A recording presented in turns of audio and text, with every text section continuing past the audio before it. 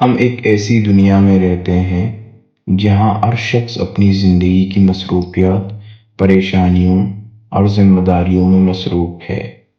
ہم اکثر اپنی مسائل کو اتنا بڑا سمجھتے ہیں کہ ہمارے ارد گرد موجود دوسرے لوگوں کی مشکلات نظر ہی نہیں آتی۔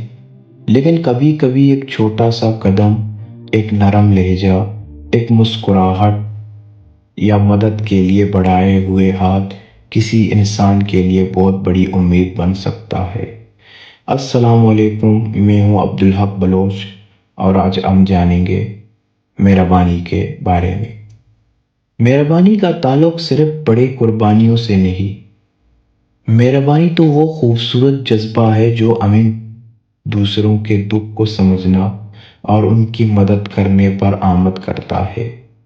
کسی بزرگ کو سڑک پار کروانا، کسی بھوکے کو کھانا دینا، کسی پیاسے کو پانی پلانا، کسی ضرورت مند کو کپڑے دینا یا کسی پریشان شخص کی بات سن لینا بھی مہربانی ہے۔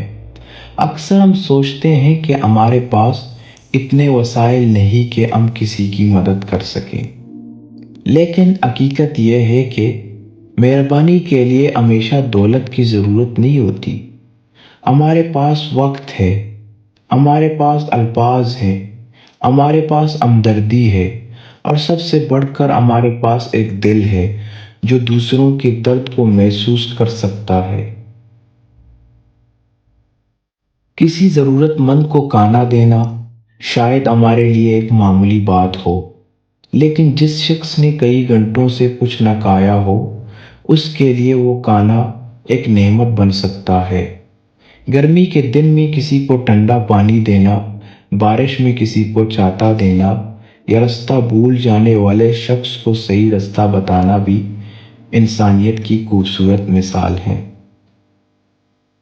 ہم اکثر سمجھتے ہیں کہ ہمیں دنیا بدلنے کے لیے کوئی بہت بڑا کام کرنا ہوگا، لیکن میں نے سیکھا ہے کہ تبدیلی چھوٹے چھوٹے کاموں سے بھی شروع ہوتی ہے۔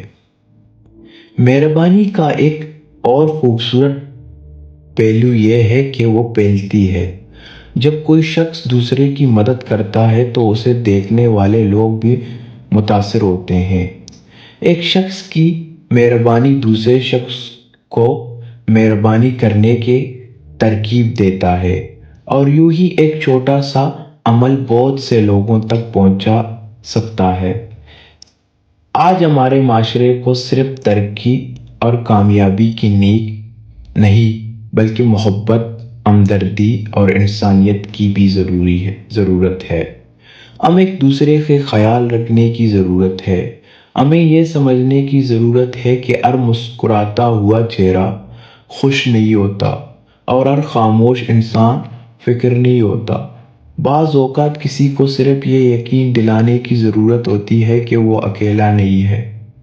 کبھی کبھی صرف کسی کی بات سن لینا بھی بہت بڑی مدد ہوتی ہے۔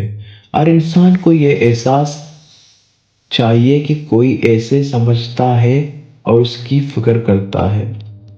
ہم دنیا کے ہر مسائل کو حل نہیں کر سکتے۔ ہم ہر غریب کو امیر، ہر بیمار کو صحت مند اور ہر پریشان شخص کو خوش نہیں کر سکتے، لیکن ہم اپنے حصے کی نیکی ضرور کر سکتے ہیں۔